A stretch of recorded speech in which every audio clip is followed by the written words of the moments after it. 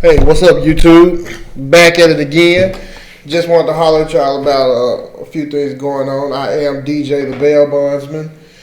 Got a lot of stuff going on this week. It's late night in the office doing paperwork.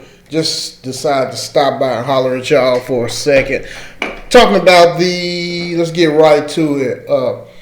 If you haven't been hiding under the rock, especially in Arkansas, but this is for everybody nationwide, but specifically for people in Arkansas, if you've been hearing a lot, if you've been keeping up, if you do keep up with politics, then you'll probably know about what's going on in Arkansas with our governor, Sarah Huckabee Sanders. She's one of them people almost like Trump, because, she used to be the secretary or whatever, the one that comes in the same job that she's not doing. John Pierre, the little black female that's press secretary. Yeah, press secretary. Some John Pierre, she's doing a horrible job, unfortunately. But Sarah Huckabee Sanders used to be the press secretary for Donald Trump. And I think she did pretty good. But she's almost like Trump in a way where it's people that hate her for whatever reason, just, because media narrative or whatnot, and her dad used to be the governor, and then you got your people that love her. But it's funny to see all the people who allegedly don't agree with her or hate her. It's pretty much just because she's a Republican.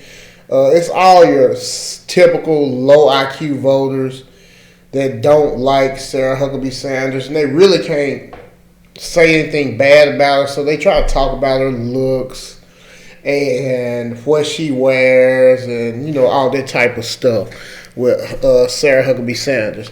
But just watching her and just see how she moves and operates, even when she's a press secretary, she's a tough cookie, man. She's a tough cookie, and I can tell she has aspirations one day probably of running for president, and I really do see it. She's been pretty much groomed for it. Everybody kind of knows that Mike Huckabee, if you didn't know, Mike Huckabee is her dad, and he used to be governor of Arkansas. It was Hutchinson. Hutchinson was our last governor of Arkansas. Then he was a Republican, but he was like Rhino Republican, and just word on the street, talking to like real lobbyists in Arkansas. I knew him personally. He was saying Hutchinson was probably the crookedest, the most crookedest politician or governor ever. He said Hutchinson, nobody had anything on Hutchinson. And you see, and if you're here in Arkansas, you will see one of his sons getting arrested all the time for stuff. But that's not. He's gone now. He's talking about making a presidential run. If he does, he knows he's not gonna get the nomination. He's just in there just to take up votes, probably from Trump, maybe, but he's like a real Rhino Republican, trying to play both sides of the fence, especially during COVID here in Arkansas. I give him a grade of a C+, because he tried to straddle the fence. He tried to go both ways. But Hutchinson was guy type. He's gonna go wherever the money is or wherever the consensus is. He's not standing on any values or anything. He's gonna do whatever it takes to get reelected, and he's gonna do whatever it is to keep him in the good graces of whoever's funding him. That's my opinion on Hutchinson. He's almost like a Paul Ryan. He's not like Mitch McConnell, like where he's just straight out. Like Hutchinson trying to really like play both sides. Like he'll be for Trump one day, he'll be halfway for Trump, then halfway he'll throw him 5 good compliments, and then he gonna throw one bad one in just so he could be in the good graces of the left too. Like I said, he always tried to play both sides of the fence. But anyway, enough about Hutchinson. Then you had Beebe. He was a Democrat. They don't say before Beebe it was Hutchinson. Beebe was a Democrat, but Beebe was more like one of them old school Democrats. He's from Eastern Arkansas. close to Jonesboro. I think he's from a town called Cache, but I might be Cache, Arkansas, Eastern Arkansas, kind of where I'm from. And he was what you call a blue dog Democrat, traditional old school Democrat. He didn't rock the boat too much. He didn't come in the wild policies or the crazy stuff. He's just a straight up old school Democrat that you can kind of respect. You know what I'm saying? And this is water. I'm drinking some good old Ozark spring water. But then not Hutchinson, but Huckabee. Huckabee was the governor before that. But anyway, with Huckabee, there's been a lot of stuff in the news about the Arkansas Learns Act. And you've seen a lot of people mad. And who you mainly been seeing mad are Democrats. White liberals, black liberals, black Democrats, whatever you want to call them. They've been in an uproar. They've been upset about this bill being passed because one thing you don't know, Arkansas used to be, people don't understand, people always talk about Arkansas is just a red state, Arkansas is a red state, it's been a red state forever. No, it hasn't. People don't even know politics. Arkansas was a blue state for a long time. Long time until they started switching up, especially when Obama came in and when it wasn't about racism or anything like that. It's about policies and all the things they were trying to enact, especially with the LGBT stuff, with the defund the police type stuff. You just turned a lot of traditional people away from the Democratic Party. The Democratic Party can't win really in Arkansas anymore. You got Little Rock, they're both blue. You got Northwest Arkansas, the Fayetteville College elite type crowd, they're both blue, and that's about it. But those are the two major population centers in Arkansas. Maybe a little blue in Jonesboro, maybe. But the state of Arkansas is made up of nothing but small towns. People still work at like the factory, the local factory. They might drive out of town to the next town over to work at a factory or business. You got a lot of truck drivers here in Arkansas. You got old school, small towns where the biggest thing in the week that's going on is the football game. So like small town Arkansas, to give you an example, like your typical small town, 10,000, 20, 30,000 population. Biggest thing to do is go to the high school football game on Friday night or the high school basketball game. The whole community goes, especially football, and they all surround their weekend around that. Then Saturdays, Sundays, people hunting, fishing, And it's an old school, people living a simple life here, Other than like Little Rock and like Fayetteville, Springdale, it's more of city life, but most of the towns are small towns here in Arkansas. And with this Learns Act, let's get on to the Learns Act. Arkansas was known for having like the lowest paid teachers, or one of the states with the lowest paid teachers. They always say Arkansas and Mississippi battling for the last spot in everything. But you got so many. Well, just back to what I was saying, you got so many Democrats that are upset right now. I say fake outrage all the time, fake upset, because I really don't think they're upset. They're just mad because it's Sarah Huckabee Sanders and the media is pumping to them that they shouldn't like it. No matter what she does, just like Trump, they're going to hate it, they're going to criticize it, they're not going to agree with it. But the key points of the Learns Act in Arkansas, if you didn't know, it raises teachers' minimum salary to $50,000.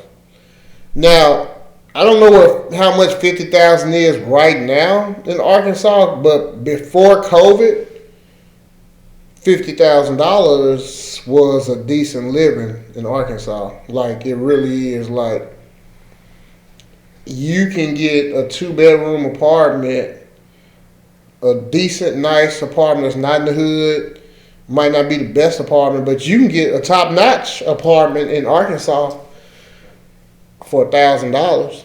Like, nice luxury apartment for $1,000. Like, 2-bedroom apartment, – gated community, pools, like no Section 8. You can get a 2-bedroom apartment for $1,000. Like, nice luxury apartment for $1,000. Like, 2-bedroom apartment, gated community, pools, like no Section 8. You can get a 2-bedroom apartment for $1,000. Like, nice luxury apartment for $1,000. Like, 2-bedroom apartment, gated community, pools, like no Section 8. $700-800, you can get you a decent apartment in Arkansas, in the biggest city, Little Rock, where it's not going to be just super elite, super nice, but it's going to be a decent, nice, clean apartment. It ain't going to be too hood or too ghetto, but you can get one for $800. So $50,000 before COVID now was a decent living. Then they also had 2,000 raises for more for veteran teachers and educators, incentives up to $10,000. Then this is the big one, the big thing that people are upset about. See, nobody's talking about the raises. They're not talking about the raises. They're not upset about the raises. Nobody is. But the biggest thing that they're upset about, these are Democrats, white liberals, the school voucher program. And the school voucher program basically lets students take their individual dollars and take them, so say hypothetically Billy or Johnny or Marcus or Damien the parents want them to go to a private school. Well, now they can. So they can take the tax dollars that are spent on each individual and take those and use those to go to a private school or a charter school. Man, this caused an uproar here. It's an uproar. All you hear is, they're defunding the schools. They're defunding the black schools. They're taking all the money from the public schools. They're taking all the money from the public schools where all the black kids go. All of a sudden now, and this is my thing, when I looked at it, all of a sudden now, Democrats, white liberals, are upset or concerned about funding to black schools. That's what it pretty much is, the black schools. Where have y'all been the last 50 years? The last 30 years? Nobody has heard a peep. Nobody has mentioned anything about funding black schools, helping them get better. They just closed down J.A. Fair and Little Rock McClellan. Those are two predominantly black schools. But they combined them to one new school.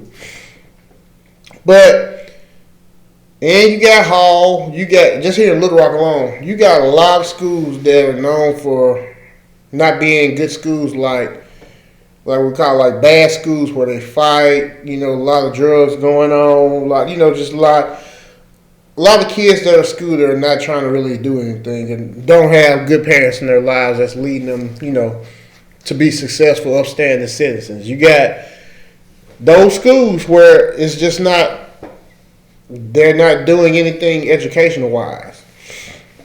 And now all of a sudden, these people are angry that vouchers are here now. So when you do got kids, so like say if you're in the black community and you got, just say you're a kid that wants to excel in education now. And not even and just say hypothetically you got parents that want to put their child in a better school to win, to be successful in life. They have the option now I don't have to keep sending my kids to McClellan or J.A. Fair or to one of the schools that are failing, where all they do is fight at school. Because I got people that work in these schools here, just in the city of Little Rock alone, where they show me videos and they tell me stories about how kids fight every day at school. They come to school to fight. And that's just unbelievable to me because where I was growing up at school, when you fought, you automatically got a 10-day suspension. When I went to school in West Memphis, if you fought, no matter if you started it or what, it didn't matter. If you fought, 10 days automatic suspension. And there's 10 unexcused absences.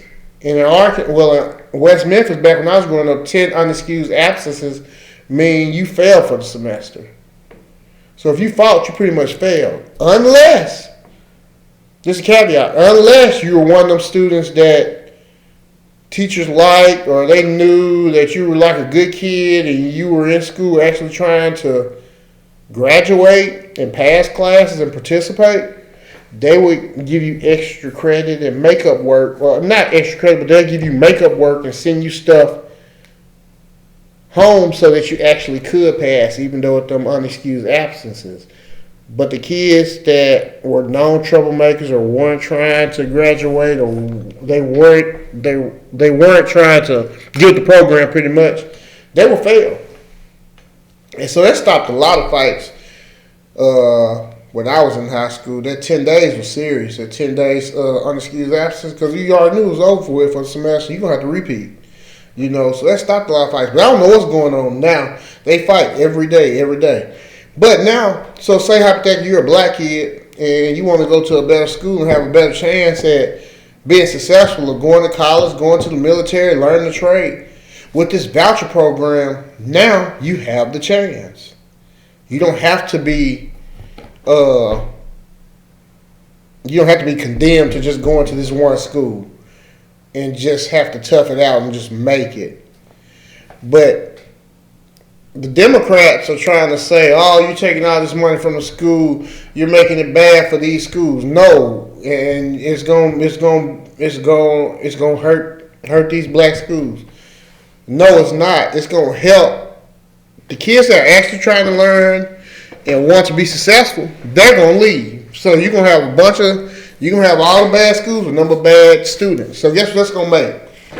What it's going to do is it's going to make everybody step their game up. It's going to make everybody competitive because it's going to bring it to the market now. It's almost like capitalism.